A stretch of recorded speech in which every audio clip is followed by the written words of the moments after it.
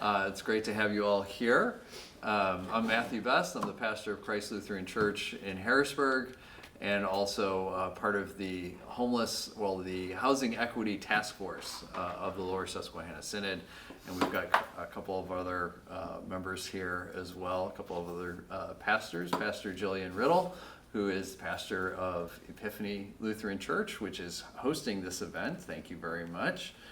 And Pastor Jennifer Tobrin, and I forgot I'm drawing a blank. Hang on. What's the name of your church? Christ Lutheran. Christ Lutheran. I should know that, Yes, right? you should. In Duncannon. Yes, I knew Duncannon. Yes. Great. Well, let's start with a word of prayer, and then we'll dive into the rest of the introduction. Let us pray.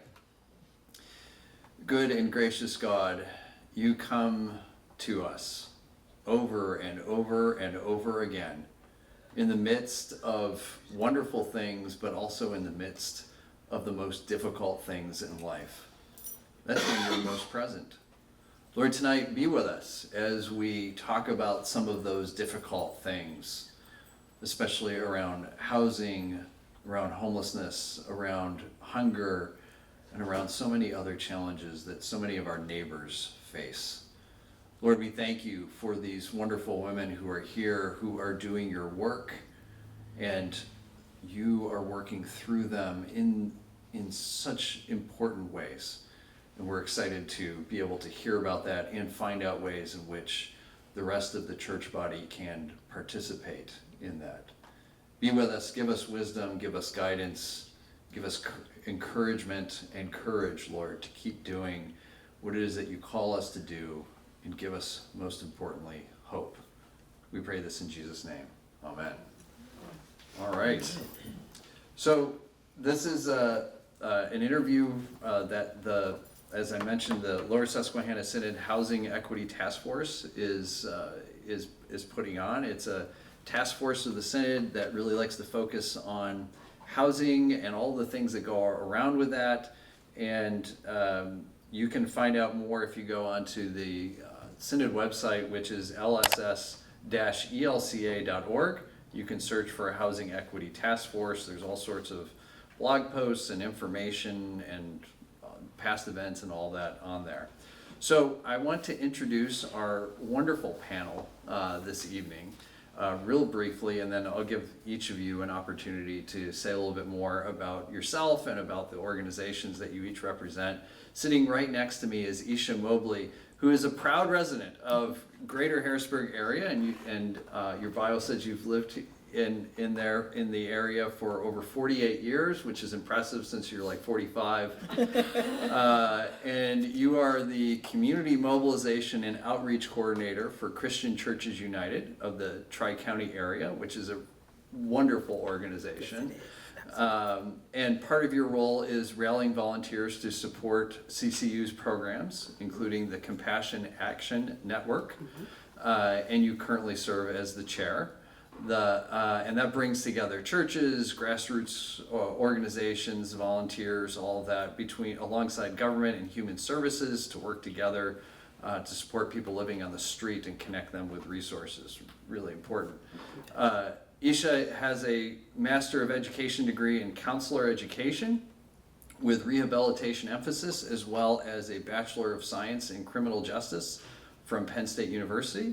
And you've also earned an Associate's in Art in Legal Assisting from Harrisburg Area Community College. And you hold a certificate in the area of cognitive behavior therapy, relational living therapy. Wow, that's fascinating. Strengthening family worker from Temple University, and student assistant program grades K to 12. And you hold numerous Department of Drug and Alcohol Program training certifications. How do you have time for all that? Welcome very much. We're very glad to have you here. We also have Justice Maddox is next at the table. And Justice graduated with a degree in Human Services from Harrisburg Area Community College, and has gone on to complete a Bachelor of Science degree as a clinical social worker and certified recovery specialist from Penn State University. Through both her education and professional experience as a human trafficking caseworker with the YWCA, child protection investigator at Peace River, and as a foster parent, Justice has seen firsthand the dehumanizing lifestyle and heartbreaking impact of surviving human trafficking. Witnessing this trauma motivated Justice to found the Justice House of Hope Incorporated, and we're going to ask you more about that, which I'm really excited for you to be able to share that as well. Thank you. And our third panelist is Angela Bates. Welcome, Angela. And Angela is also a proud resident of Harrisburg and a Harrisburg High graduate. And you have a daughter, and you can tell us a little bit more about what makes her so special as well. You work for Dauphin County in the Drug and Alcohol Services as a prevention specialist. Very needed. And you are also an ambassador with Breadcoin, which we will definitely talk about. Very excited to talk about that. And you mentioned that you're also a volunteer with Shades of Greatness, LLC, which is a youth organization, does incredible work. Angela has a degree from HAC with Albright, associate's degree in criminal justice, bachelor's degree in crime and justice, and then also a master's degree from Lincoln University in human services. Welcome. Welcome all three of you. So real briefly, if you could tell us a little bit about each of your organizations. Just kind of give us a short synopsis. And so, Isha, you're right here next to me, so I'm going to let you go first. Thank you so much again for having us and having me. So first I'll start with Christian Churches United, which is how I got to know you all through my community mobilization and outreach coordination position. We all first met here when I started, March 11th of 2020 was when I started with Christian Churches United. And then we all know what happened that Friday. The shutterdown happened right away. And your church, right? Your church, in case y'all didn't know, was a church that started making masks. And I mean, on shifts. And so I was coming here on repeat, getting to know Ms. Bonnie, glad to see you again, and being able to deliver the masks to our folks. So just to give you that quick thing, so because of those masks and COVID happened, I had to change. I had to pivot what I was going to do for my job. Actually, I had to pivot. Everything changed because I was going to be going to galas and banquets and, inviting people to come and be part of that. That wasn't happening. So the vision was me running, driving on the road and being alone. It, looked like a disaster area, but I was traveling all around to get masks and supplies so I could take that to our street homeless.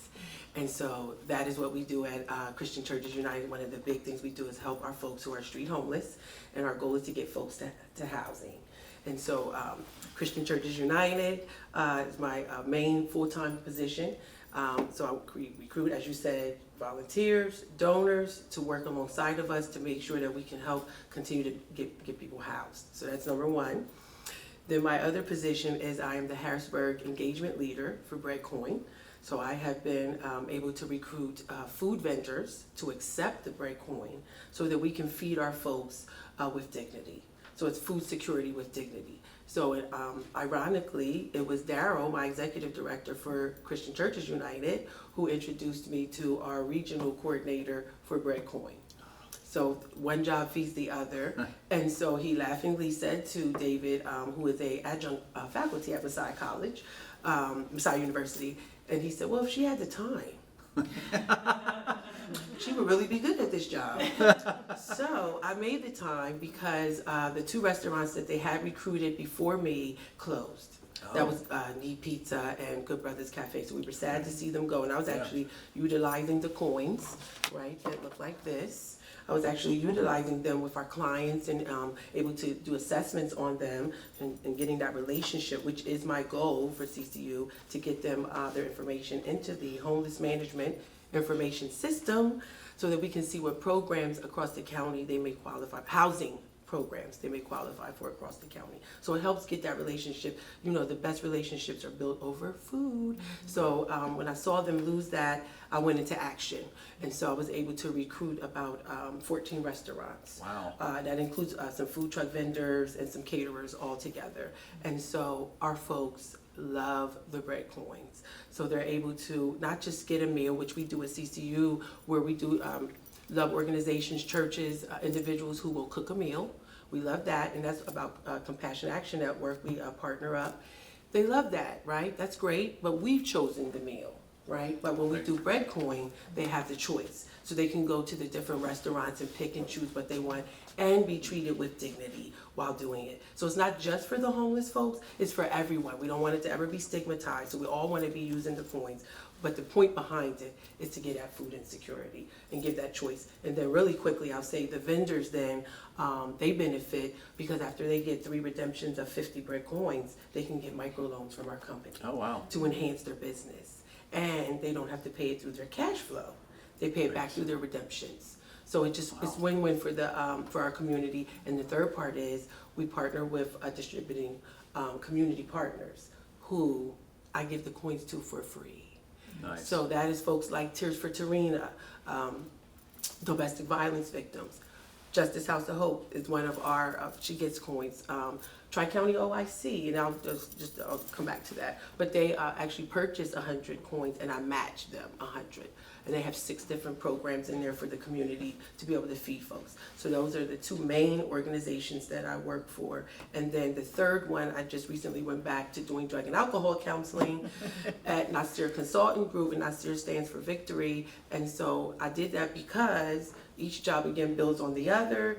I see our folks aren't always being treated well and being comforted, and having somebody to really understand that walk. And so that's why I'm back doing that. So we'll come back to that. Oh, wow. All right. All right. Justice, why don't you tell us a little bit about Justice House for Hope? I don't think I can beat It's not a competition. Well, I'm Justice. What I do is work with at-risk youth children who have been homeless, domestic violence, sexual assault, human trafficking, and labor trafficking. We work with the children, youth from the age of 9 up to 24. We're able to give them services dealing with drug and alcohol, dealing with domestic violence, support groups. We do case management with our kiddos, trying to put an event together. The crew's trying to put an event for the kids, like give back to the kids, for them to appreciate themselves. Because no matter what they have been through, doesn't decide who they are. They can change and make a difference in their life. But that's what Justice House of Hope does. But the purpose of Justice House of Hope is to be able to be the voice for those kids that cannot speak for themselves.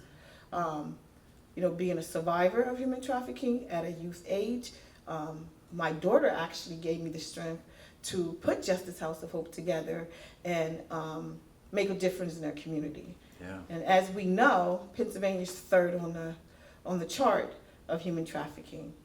And children goes home every night that's being trafficked, a good 90%, because they're being forced, fraud, and coerced to do these activities.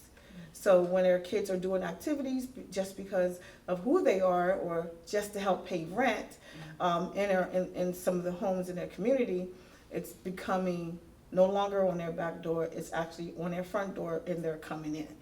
So we try to educate, bring education to churches, bring education to the community, bring education to their parents. And most important is trying to get into the school district to educate our children for prevention. And then if some of our kids make it through successfully and they will get a completion certificate that gives them, make them feel good about, learning. Then those that have been trafficked, we work with them. We have a curriculum for them, and they work with the curriculum from K to 12. It all depends on where they are. We meet them where they are and give them the support. And hopefully we'll be able to reunify them back to their parents. But if not, because being a victim, they know the person. Right. A good 90% of the time, they know who they are in their community. So that's what we do, and we here to get the word out.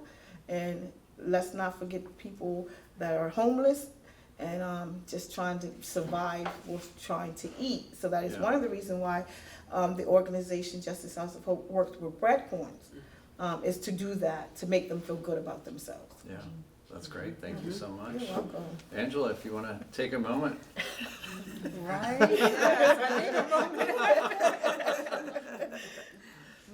My. Well, thank you. Thank you for having me. I am Angela Bates, and my full-time job, I work for Dauphin County Drug and Alcohol Services as a prevention specialist. And what we like to do is first, we're doing a survey for Dauphin County. So anyone in Dauphin County can do this survey. Pull your phone up and the QR code and take our survey. It takes a few minutes. And it's just to see what services you know that we have to provide you in this community. That's what we want to know. What do you know about us? You know, how can we be, because we want to be everywhere. And so we do have a faith-based component. We do have CRSs in the community that could help out in churches and help people that we don't always get to or don't always come into our office because they think, oh, I don't need to come in if I don't have a problem, but you might know someone. Right. We have, you know, different curriculums, evidence-based curriculums that families could use to learn. We facilitate groups. Everything is free. The county pays for all the different curriculums that are in the schools. We sit on the student assistance program in the schools. Every school has one. So they have a mental health and also a drug and alcohol liaison that if the child, you know, any interaction with drugs or alcohol or prescription drugs or gambling, we can come and help out with that and maybe do an assessment to see if they need further services. So that's my full-time job. So the part-time job, or I should say volunteer, is with Shades of Greatness, the LaShawn McCoy Foundation. It's a great program. It's for the youth in the community. Everything is free. We meet with the youth, and we do have events and activities that we do. We take them out in the community, and we do programming with them. And everything, like I said, everything is free, and we just like to have fun and enjoy and take children places that they might not normally get to go. Like we went fishing at Italian Lake, thanks to the community. And also this weekend we are going to go try hockey.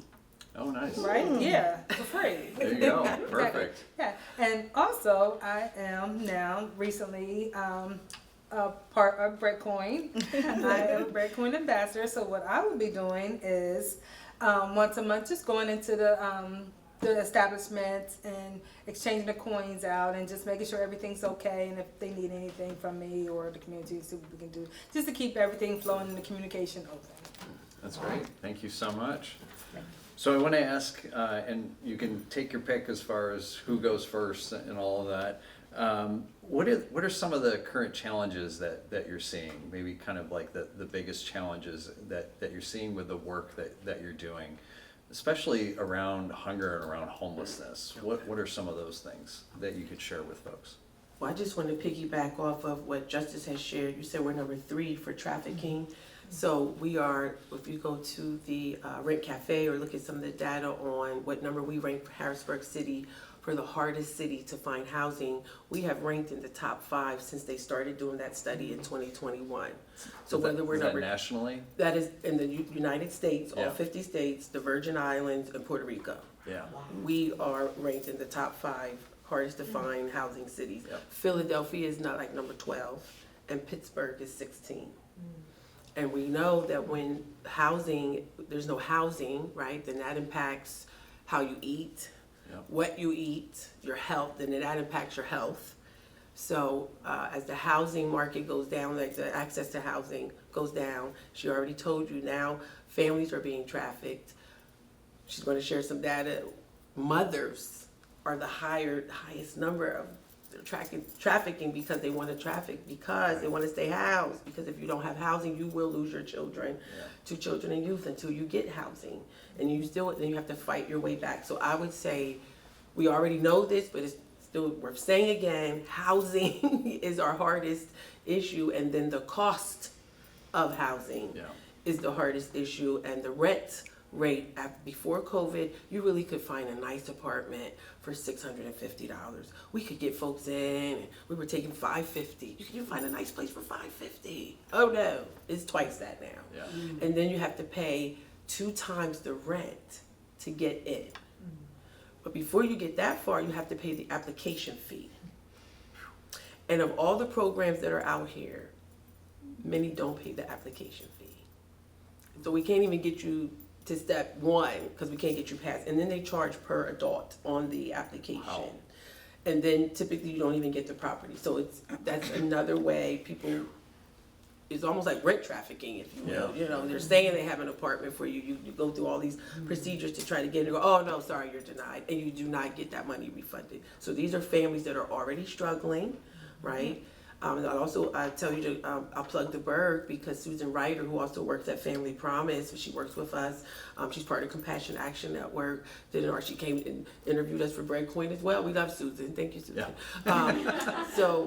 She told you about that, one of the other categories, you know, of homelessness, you know, the hidden homeless, and then the doubled up homeless, or also called lovingly couch surfing, because they're going from house to house. They miss qualifying for certain funding because you have some housing, but not adequate permanent housing. So those, for me, are some of the bigger barriers for folks that I would say.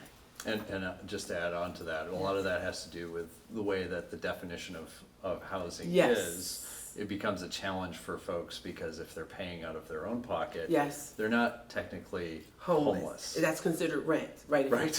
If you're paying for the hotel, and believe it or not, there are lawyers and Right. police officers and doctors and nurses that are actually staying in the hotel Right. because the inventory for housing is Right. what it Right. is.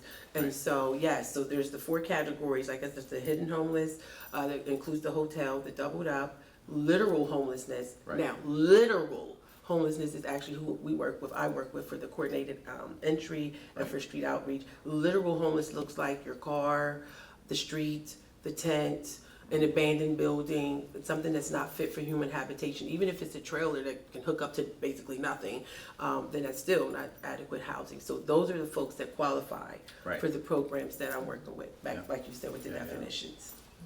Either one of you ladies want to jump in?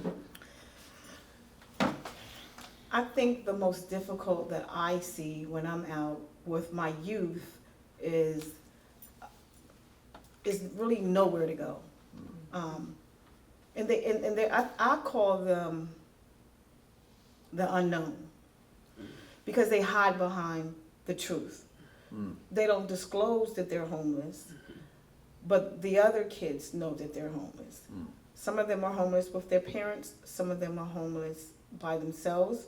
Some of them identify with the LGBT community. Within 24 hours, they're being trafficked. That's the difficult scene that I see. Yeah. I also see that we have a lot of females. Females are not the only one that get trafficked, first of all. My males are trafficked as well. But when I see them out on the street being homeless and looking for food, and they don't have shelter, and then they don't have clothing, they hide behind who they are, and they don't tell because they rather be sold than to let others know that they're homeless because they get broken up from their families. And when they're broken up from their families, it's hard for them. Yeah. And then they really get strung out on drugs. So all of this works like hand in hand. And the biggest part is dealing with the drugs and the homeless and when they identify themselves and who they are. Yeah. And it's hard for them. They can't get a home because if they're young, 9 times out of 10 I have to report them because I'm a mandated child reporter. Sure. So if they're under the age of 18, I have to report them. That's hard for me because I build that trust with them. Yeah. And once I start losing the trust, they won't trust me anymore. So that's the difficult part with me. But hopefully that will be improving that, once they connect with us and they will continue to have services with us. But that's Yeah. the hardest part that I see with them. Thank you very much. Oh, you're welcome. Angela? I'm kind of behind the 8 ball because I didn't know they was coming with stats. It's all right. You don't have to have stats. What I It's okay. can say is that you can go on to the Pennsylvania Youth Surveys to get the data about how many children are using drugs or alcohol or vaping or using prescription drugs and also gambling on our youth survey for Pennsylvania on the DDAP website. Sorry, I don't have the stats. That's okay. But yes, when I get the students, it's about middle school age. So by then, you know, they could have already sampled or tried some things, or someone's giving them something just to taste. So we try to prevent from K through 12. You know, we try to go in there. We have curriculums that just teaches younger kids about self-esteem and things like that, just to help them understand what a good friend is and things like that, so they can build up their self-esteem, so that they won't, you know, fall in that gray area where, you know, they're hiding behind someone. Because that's what we don't want. We want them to have protective factors so that they can survive and thrive. Not just survive, but thrive, you know, and that's the thing that we're looking to do, and help the families too. So we helping everyone. We say womb to tomb. So any services, and they're free, and that's just for my full-time job. Again, part-time, working with the community, with the kids, we're just out there just making connections. Like when I see someone who's a grandparent, there's a grandparent program out there that I know of that, you know, if you're raising your grandchildren, you can go through this program and they'll help you out. They'll give you some services, give you some resources, you know, that's there for you, for the community, you know, for free. So I'm in a, we didn't talk about the systems of care. We're in we have a meeting that we meet once a month for 2 hours with anybody in the community. It's a free program. It's a free group of people that come together, and we just collaborate. We try to make good happen in the community any which way we can, and we just collaborate with each other to get it done. The last thing that we just had was an event at Sunshine Park. It was raining though, so we kind of got rained out, but it's spreading sunshine at Sunshine Park, which is to bring awareness about mental health and trauma. You know, we had all the people out there, all the resources out there for the community to come and see, you know, how they can get help if they need help. You know, because some people know what they need but don't know how to get what they need. Some people are afraid to pick up the phone because they don't have a degree and think that they can't talk to you. You know, some people have, you know, 10 kids with the 4 passengers car. They can't get everywhere. And so we try to be there. We meet them where they are. We try to go to them. We pick their kids up. We take their kids on places. We can take the families. We do things within the community with the families. And that's just because we want to stay connected in every which way, because we want to be those protective factors, because everyone doesn't have a mentor. Everyone doesn't have a big brother, big sister. But we all have aunties, uncles, somebody that can help out, you know, and that's what we try to be. In the community. I just wanted to add, because I used to work for the school district where Angie's working. Every school district has, because it's statewide, Pennsylvania, the Student Assistance Program. So when you find a child who you see is struggling with bullying, their grades are dropping, maybe you suspect their family is homeless and you're worried. That's where you refer them to the Student Assistance Program. It's in every school in the state of Pennsylvania. So we're hoping to get the curriculum from Justice, the human trafficking, to become part of that across the state. So plug for that. We're pushing for that. But yes, so I wanted to say the part about the in the schools that Angie's seeing is hard. So because if you're the kid that tells, you, even if you're not being trafficked, but you're the kid that's homeless and you tell, your family is going to be, like, there are some protective factors in schools. The social workers are there, and there's called the federal law called McKinney-Vento. So you can access that has protective factors for the family, right? And then if the child is placed with a family member, you know, extended family, a friend, then that is a protective factor, so they can be housed and stay in their community. So I just wanted to make sure that I put that information out there so that everyone knows the Student Assistance Program is school-wide and statewide. That's excellent. And the thing that I really want to also emphasize is how interconnected all of these challenges are. I mean, I asked you about what your biggest challenge, and you all talked about different things, but they're all related. It's not that, you know, people have one challenge. It's just an avalanche of challenges. And that speaks to homelessness. Right. People always want to know, well, how do people become homeless? So many factors, right? And so just to put something out there, they could be coming from foster system, where they were already in their own homes going through things. Then they go to other homes and go through more things that are not necessarily positive. So then by the time I see them under the bridge, they don't trust anybody. They don't want to talk. They're hurting. So they got all these thoughts. So they've been through all these programs. So here I come, you know, I can connect you to this resource. Please, I've tried it all. You know, so we have to Yeah. encounter that voice. Yeah. We encounter veterans, right, who maybe are not honorably discharged, who maybe are mad at the system. So the last thing they do is tell you Right. that they're a veteran. When there's actually funding out there, whether they were dishonorably or honorably discharged, there's funding for housing.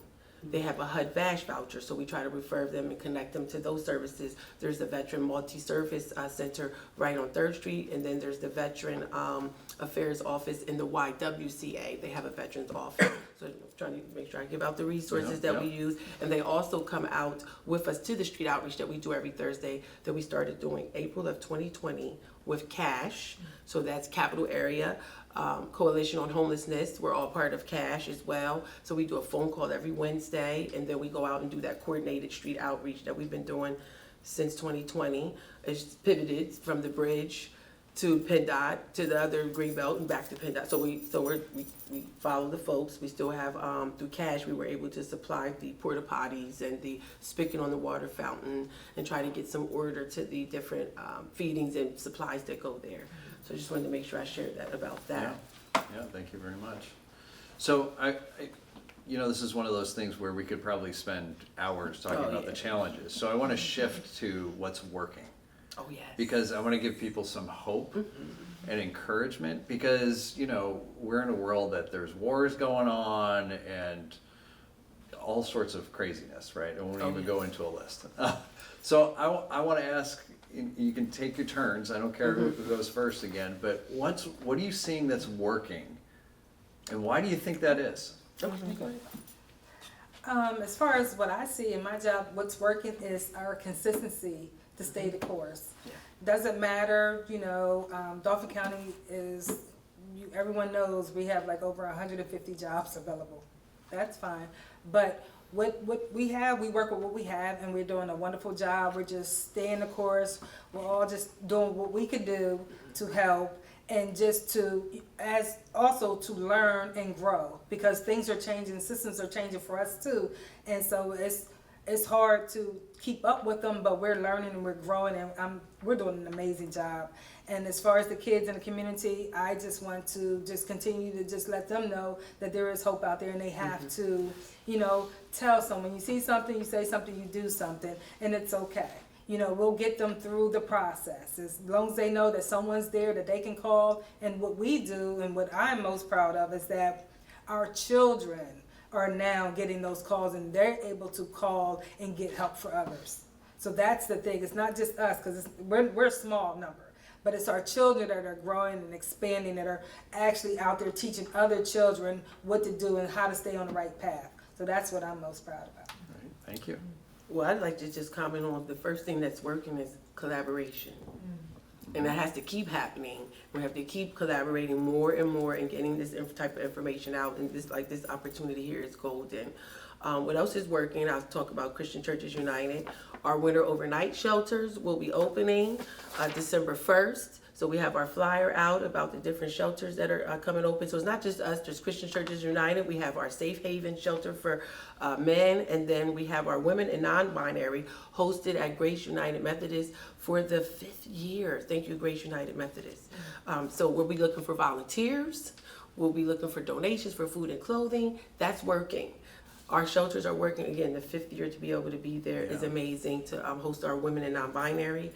The other thing that's working is we provide welcome home kits. We would love for churches and folks out there that will be watching this to look on our website, www.ccuhbg.org. And you can also add the /volunteer to see other things to connect to that you might want to do, like Prison Action Committee. We are kicking back off our Race and Unity Committee again, so we're excited about that. So please go to our website, www.ccuhbg.org/volunteer. So the welcome home kits, they love. Take the pictures of the folks once we get them housed. This is the kit of everything. When you first move in and you have the laundry, a basket full of products, they have the trash can full of products, that's working. So we have different organizations that are giving us supplies, and we're actually getting folks housed. We just put 7 men in Safe Haven. She is at 20. Her number is 20 at Safe Haven. That's working. Our capacity is 25. Woo, we are getting them in as the code is coming. And then I want to plug, of course, we have our National Hunger and Homelessness Awareness Week coming. So on the 10th is our United in Love banquet, Love for the Journey. So we would love for everyone to come out, and come with us 5:30, be on time, because the journey starts at 5:30. So we're taking our banquet guests through what our folks go through when they come from the street, when they come to the help office, and the different resources that we provide. So those are working. All of the connections, donations, collaborations coming in from the churches is working. Churches that are connecting to the Breadcoin, like Market Square Presbyterian Church, they just bought $1,700 worth of coins. It's amazing. But that's for Christmas. So you'll be looking to see that come out for Christmas. All the churches that are coming and connecting with us, and the donors and the organizations enabling CCU to continue to do the things that we're able to do. And then of course we're excited because we got $2.3 million from HUD specifically for street outreach and coordinated entry when there was no line item beside that budget. Wow. So we're super excited about that. So that's working. The word is getting out. People's hearts are being impacted. We're here, you're here. The word is getting out. We're going to keep praying for everybody. And again, the collaboration right here, my sister love. Okay, Jess. For me, what works for us, for Justice House of Hope, is communication.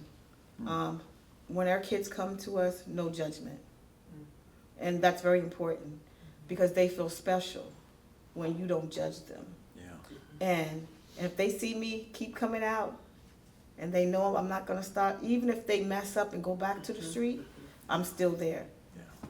We're still there. And the hand warm off, when we're working together, I might not have, Justice House of Hope might not have the answer. But drug and alcohol might have the answer. CCU might have the answer. The church might have the answer. It's working together. And for those kiddos, know that someone loves them, no matter what it is, no matter what they've been through, how they got there, how long they stayed there. And when everybody else told them that they was going to fail, if they see our staff from Justice House of Hope, they know that there is hope in the house that they're looking to gain. And then when they hear the stories with our team, they're survivors. Whether if they're survivors from domestic violence, sexual assault, labor trafficking, or human trafficking. They can talk with us, and there's no judgment. And that gives kids hope, because if I can trust you, then I can be with you. Yep. If I can't trust you, and I got issues, and you're not listening, then we have a problem. But as long as they can come back to that door and knock on that door every day or once a month, as long as they know you're there, and then answer. Yeah, and I think, Justice, what you're saying really underlies Consistency, what collaboration. all of you are talking about, really. It's about those relationships. Yes.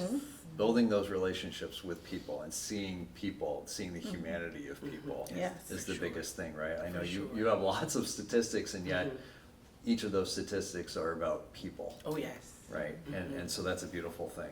Well, I want to ask this question: how can congregations get involved with what you're doing? What's the best way? Because I know people are like, "Wow, this is incredible," and there's all these challenges.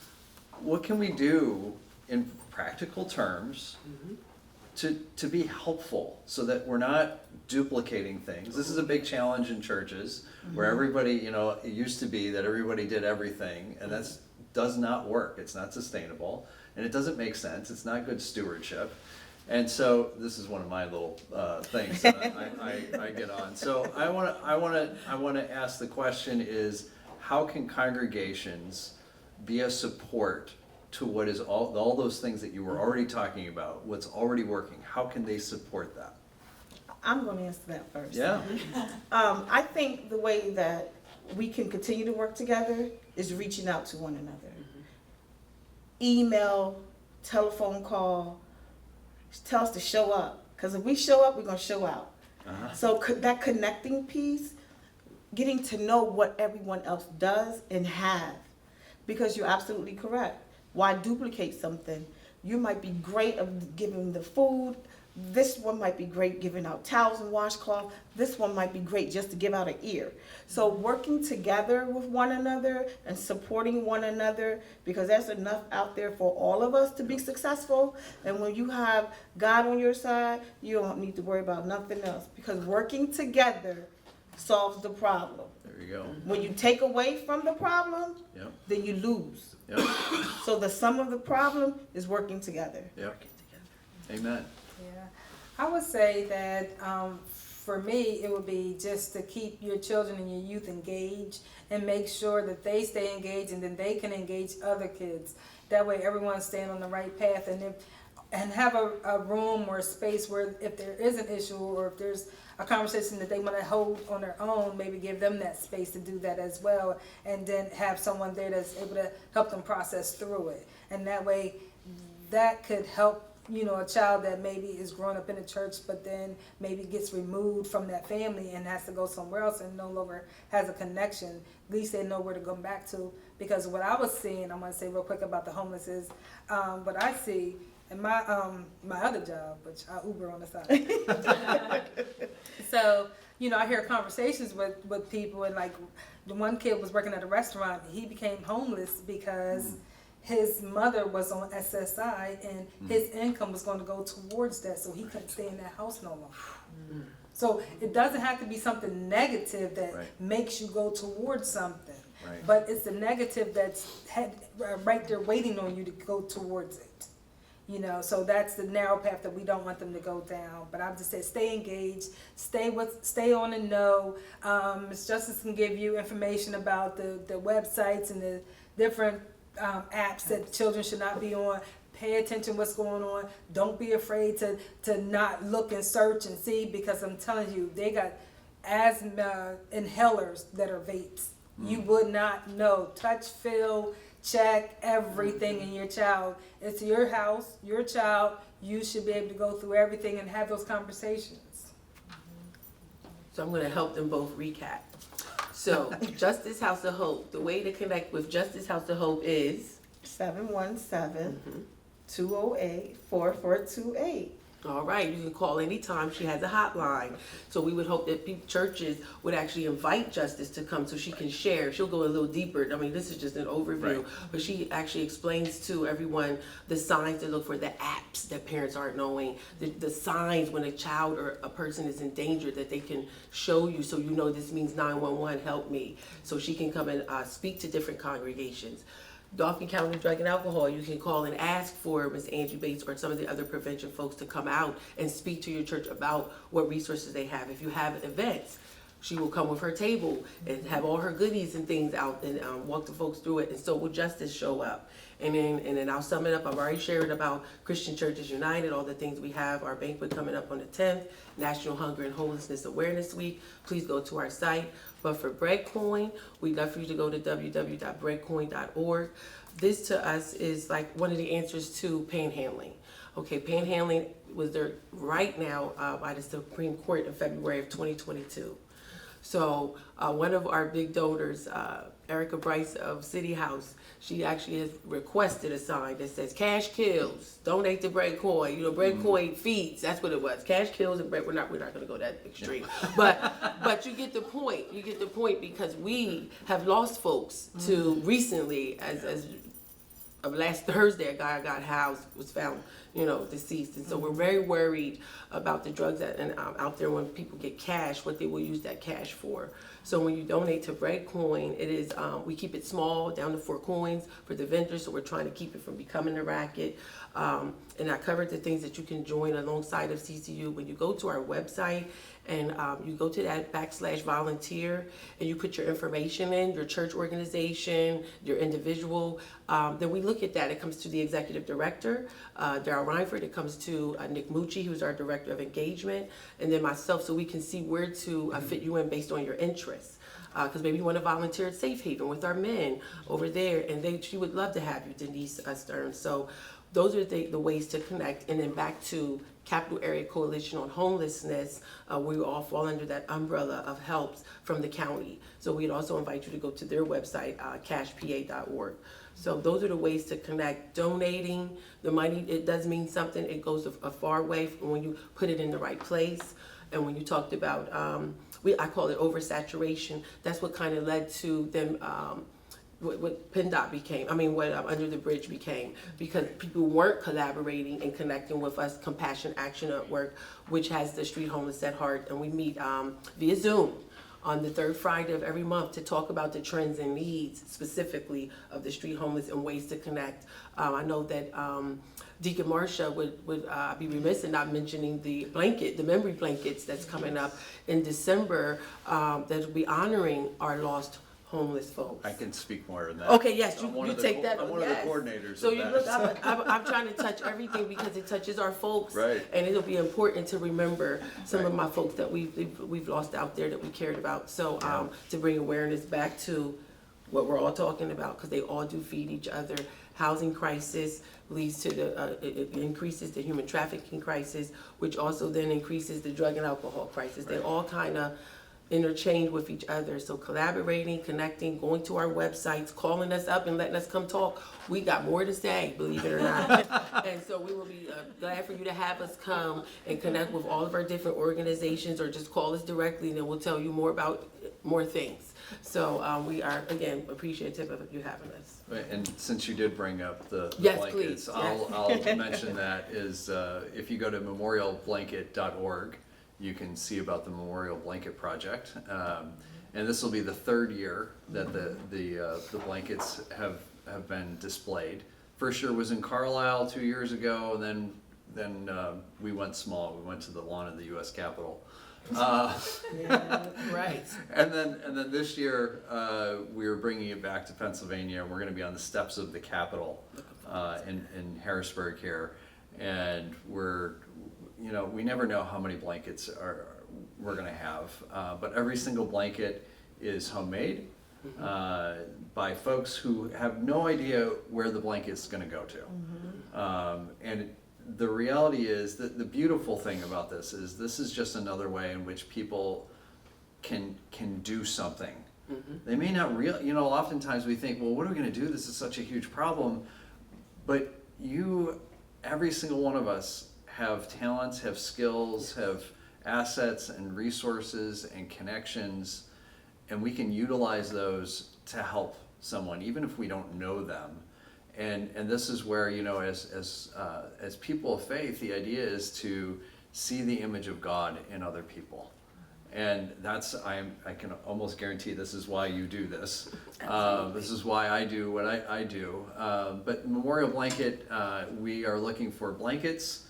There's a collection point in Carlisle at the Santa House. So you can also, tell Santa your list of gifts. Drop off some blankets. You can also come to Christ Lutheran Church in Harrisburg it's 124 South 13th Street, and we'll be happy to accept the blanket as well. And then we will display those blankets on the 21st, which is Homeless Remembrance Day. And we will be outside, and then we'll be inside as well in the rotunda with some other activities as well. So thanks for that plug. I appreciate that. Are there questions that there is one? Okay, here we go. Us too. Oh, we got a couple. Okay, We have here we go. We have a beautiful audience. Thank you. Yes, absolutely. Okay, we'll start with this one. Here we go. Let me put my eyes on so I can see what I'm reading. Are the bread coins redeemable only in Harrisburg, or are there other places? Oh, I love that question. Right now, we actually originated out of DC, Baltimore area. So we have over 70 vendors in that area.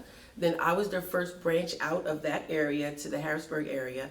We also have Mechanicsburg area, so you'll see 3 restaurants there. And it's actually Pastor Lane Lebo of Mechanicsburg, Brethren in Christ, is me in the Mechanicsburg area recruiting restaurants and vendors.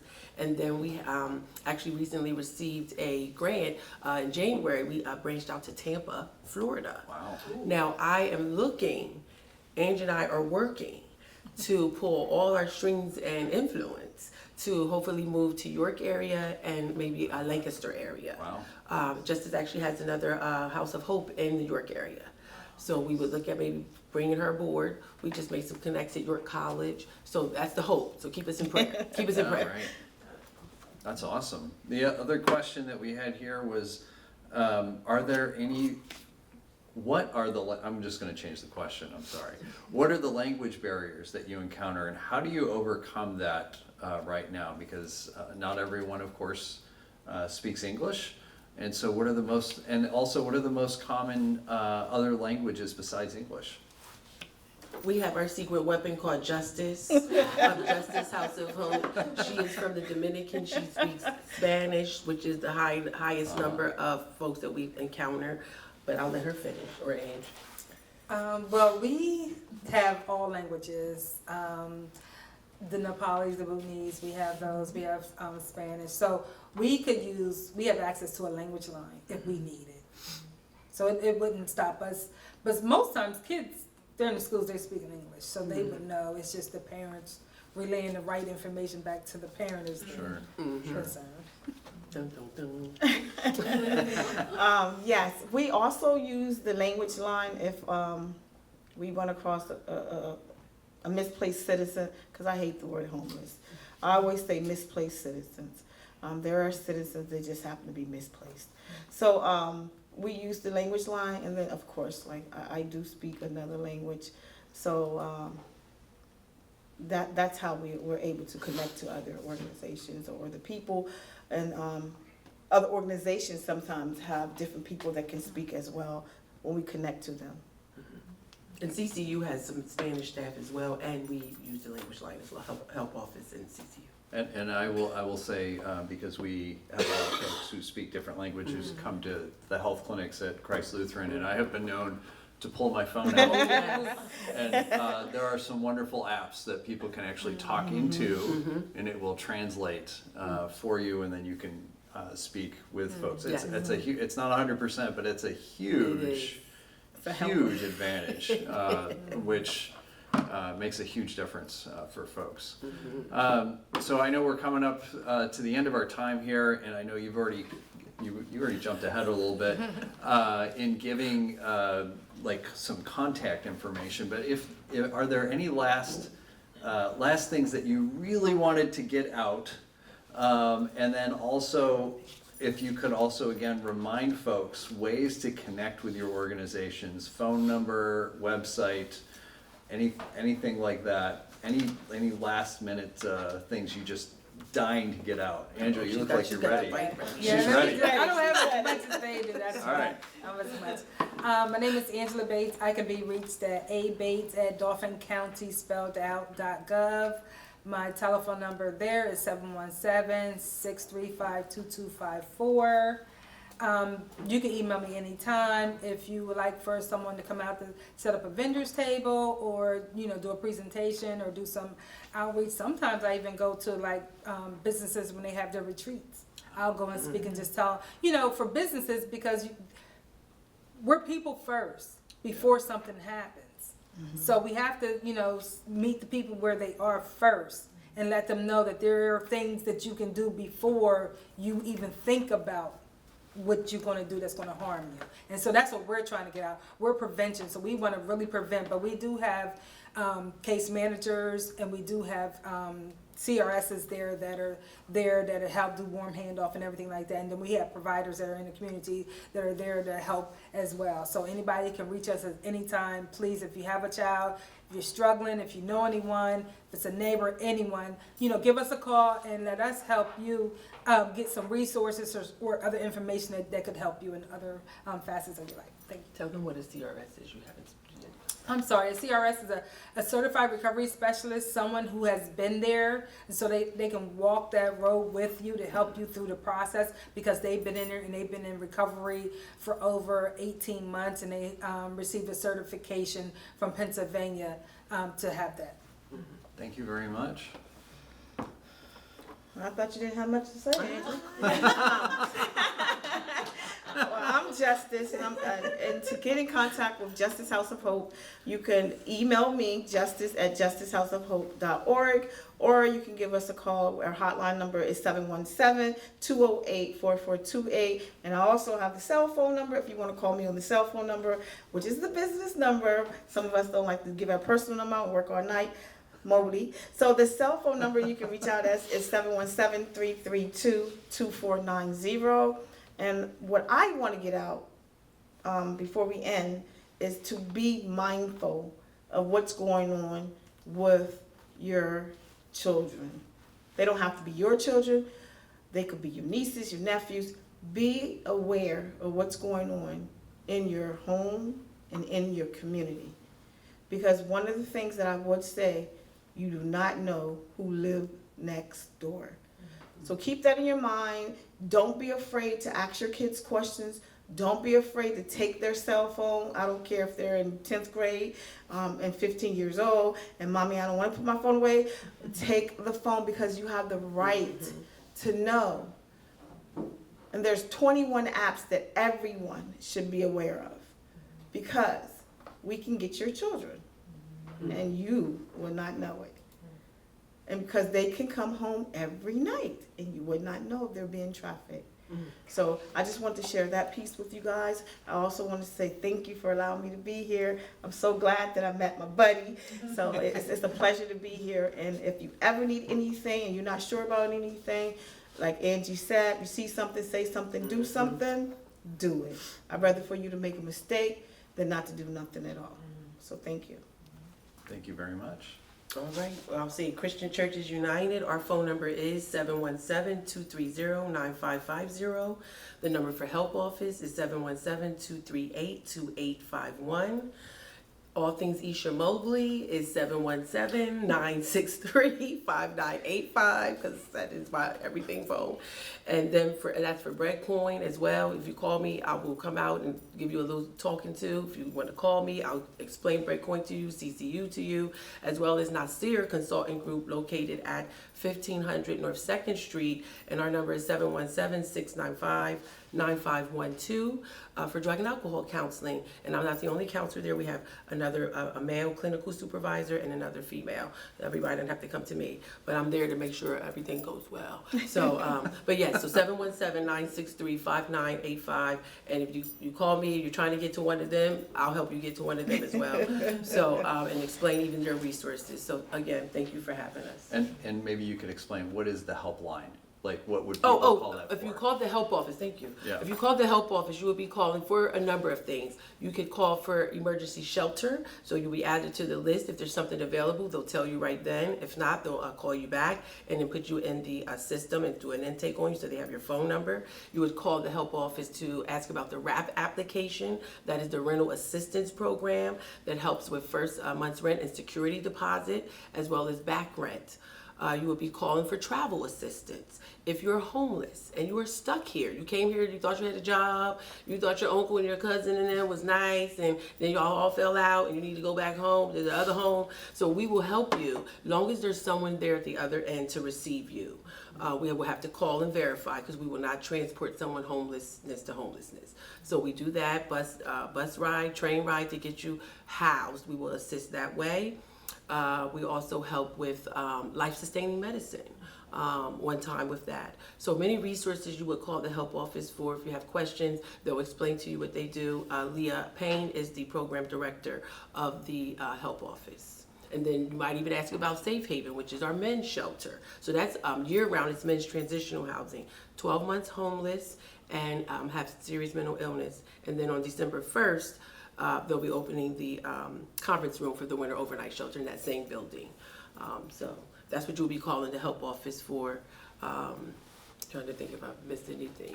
If you have any questions that I missed, you call the help office, they'll tell you. The other resource of help would be 211. Want to make sure that folks know that 211 is out there to ask questions, to connect to all of the different services that are out there. That's what they're for, to tell you where to go to find the help if they don't have it.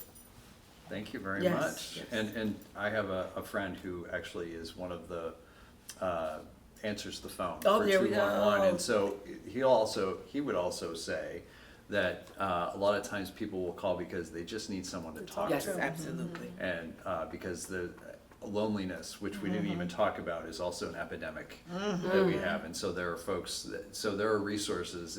If you're feeling alone and you're struggling, reach out, whether it's one of these wonderful women, Yes. the church, 211, any of the resources that they provided. These are folks that care. And even if they don't know someone, it doesn't matter. And so that's just something I really wanted to Can I add do a in. shameless plug? Yeah, go for it. Newly retirees, we need you. Yeah. Please come out. You have to move with a purpose. And I'm telling you, when you get in this community and you see the children and you see the things that they want to do and you can help them with that, if it's the sciences, the arts, anything, come. We have different programs. You have a skill set, please come. Show us your skill set. I have my mother over at Choice Community Center teaching kids how to sew. So you can do it. Thank you. I think Excellent. That's I great. might need to go over there myself. Well, good. Well, thank you so much, ladies. It's been a pleasure to have you here, to have you share your wealth of information and knowledge and expertise with everybody. We're looking forward to really sharing this and pushing it out to as many people as possible, because what you all offer is just incredible. And I just want to thank you Thank on you. behalf of the Synod, on behalf of our task force, on just behalf of humanity. Thank you very much, because what you all provide is just priceless, and I know it makes an impact on people's lives. So thank you very much. And thank you, everybody. Thanks for being here. Thanks again for Epiphany for hosting this. And for Dave, our tech support this evening, thank you very much. And again, you can go to the Synod website, lss-elca.org, and you can search for the Housing Equity Task Force. We're always looking for help as well to do things like this, as well as a number of other things. So there's my little shameless plug on that. But we hope you have a wonderful evening, and we'll look forward to talking to you later. Bye. Bye.